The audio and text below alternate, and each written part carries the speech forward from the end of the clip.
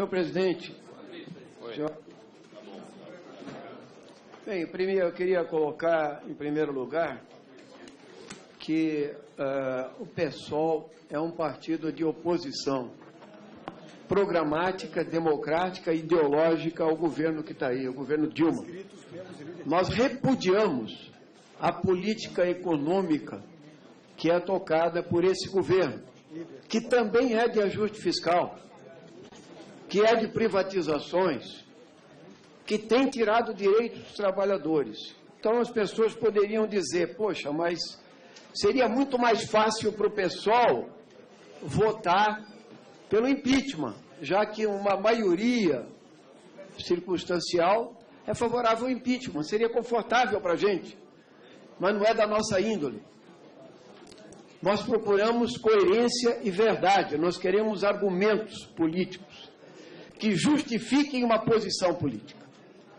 E nesse momento, eu queria colocar o seguinte: qualquer governo que suceda Dilma Rousseff, os que estão previstos aí, Michel Temer ou uma nova eleição que ganha Aécio, tem um programa mais liberal, que retirará mais direitos, e quem vai pagar a conta da crise é o povo trabalhador. Essa é uma premissa que eu quero fazer. Segundo lugar, quero fazer uma preliminar, que é a presença ainda de quem iniciou ou deu início ao processo de impeachment e preside a Câmara dos Deputados.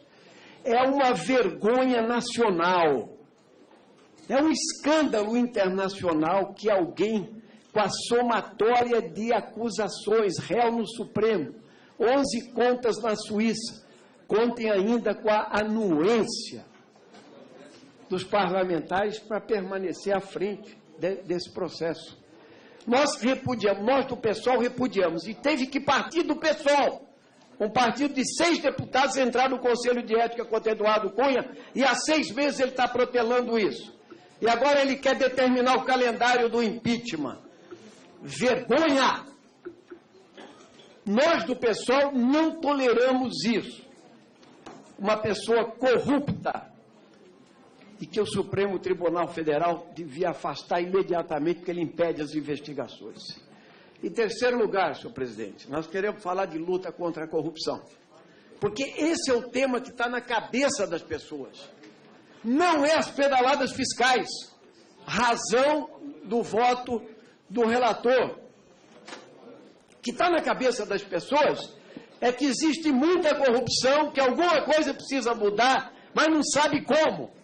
E eu só queria dizer, é óbvio, que grandes manifestações tiveram repúdio a Dilma, outras tiveram apoio, as grandes tiveram repúdio, mas é preciso lembrar que Aécio Neves e o governador Alckmin também foram hostilizados na Avenida Paulista. Isso tem um significado político. As pessoas não sabem que projeto querem.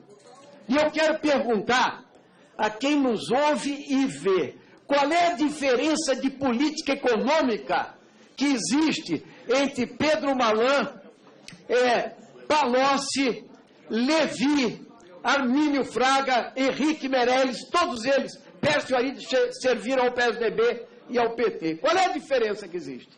Nenhuma. Política de ajuste fiscal. Segunda questão, está escrito na Constituição brasileira, está escrito lá, é preciso fazer auditoria da dívida pública. Existem ilegalidades enormes na constituição da dívida pública que consomem uma parcela enorme do orçamento brasileiro. Ninguém discute, porque aí nós vamos bater de frente com o capital financeiro, com os rentistas, e é por isso que o Brasil tem a maior taxa de juros do mundo. Quem discute isso? Por que os partidos, os presidentes que se sucederam, não foram caçados por desrespeitar a Constituição? Fazer auditoria da dívida. Essa que é a questão. Porque o modelo é o mesmo. Esse modelo é excludente. O que se quer fazer é uma outra reforma.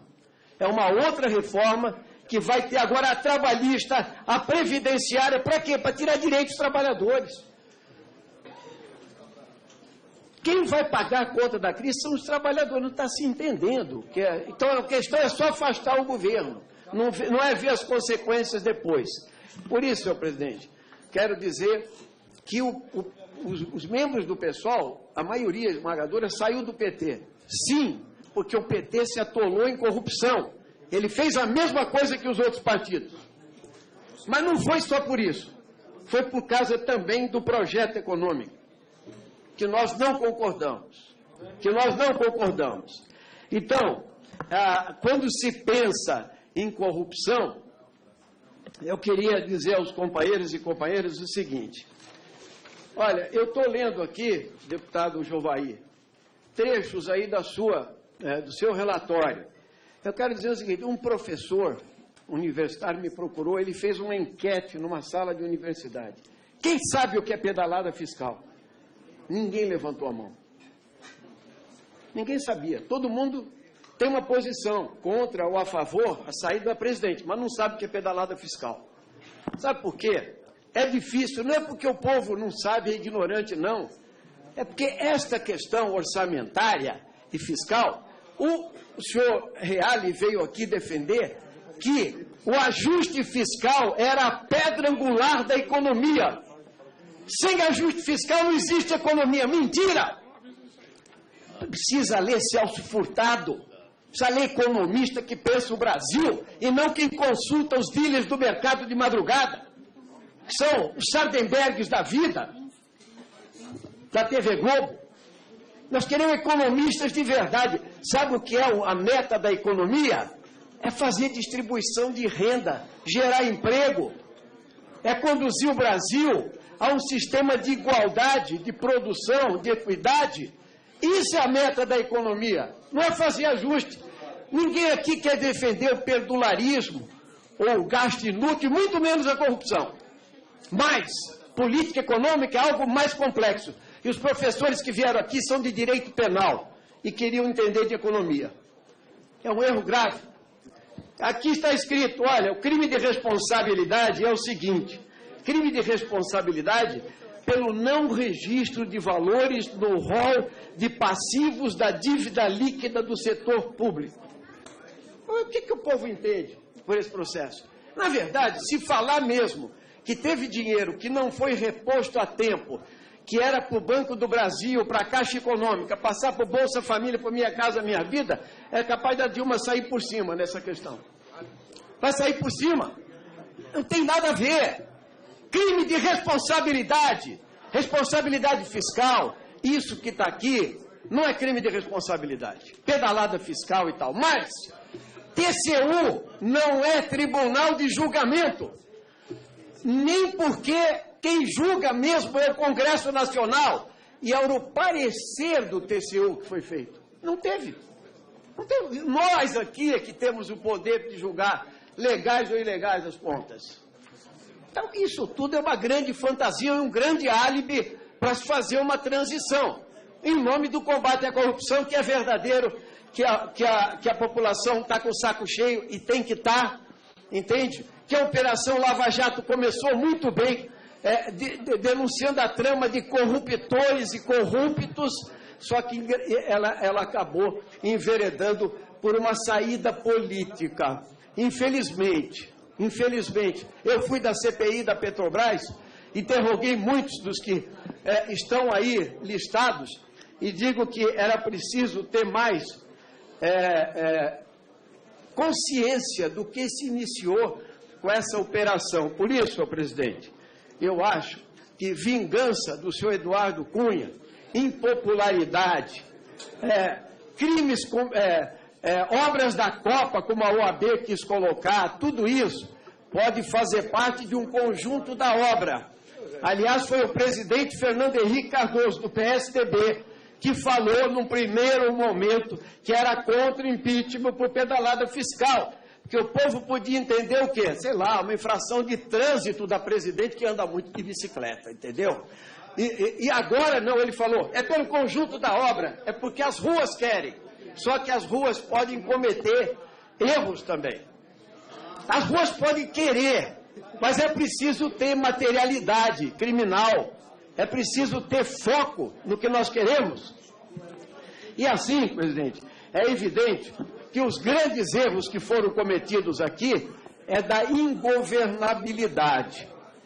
A ingovernabilidade. Alguém colocou, alguns dos parlamentares, senhor presidente, eu queria pedir só a atenção colocaram o seguinte: é impossível, quem tem minoria no Congresso, na Câmara ou na Assembleia Legislativa, deveria renunciar. Essa é a grande mentira.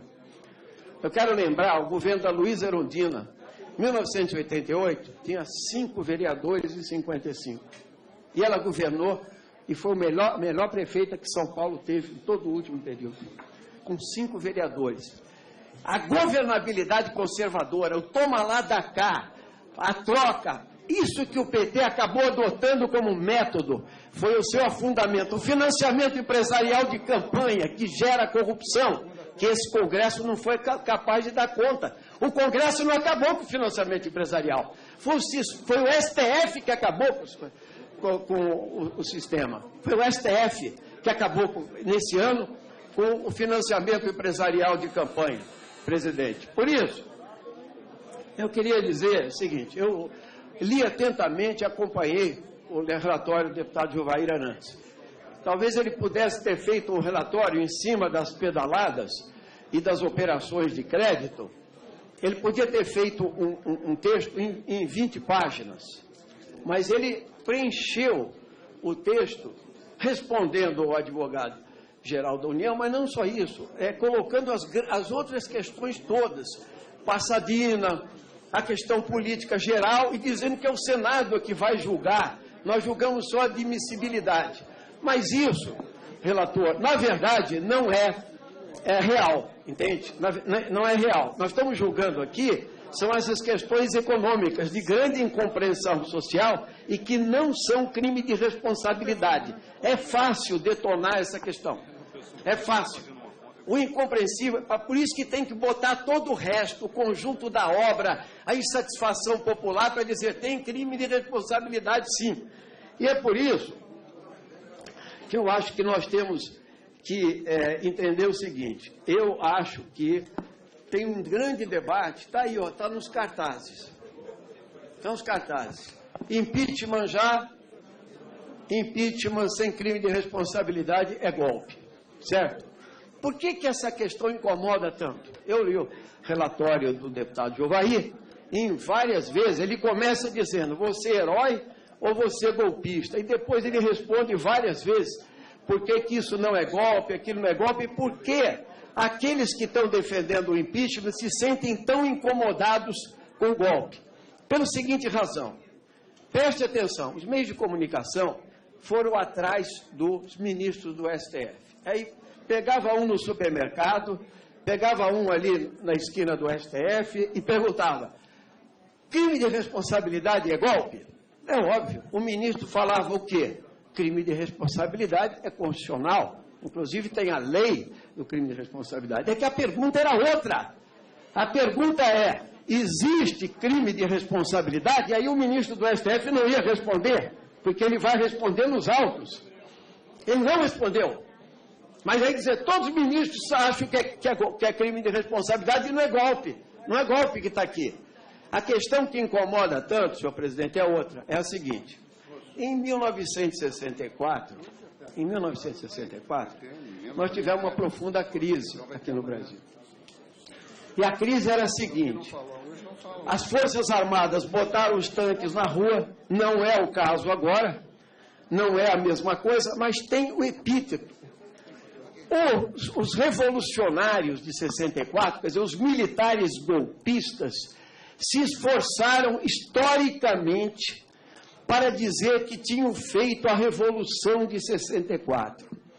Mas o que ficou para a história foi o golpe de 64. E é essa a dúvida histórica que nós vivemos aqui. Nós estamos fazendo história. E essa questão é a seguinte.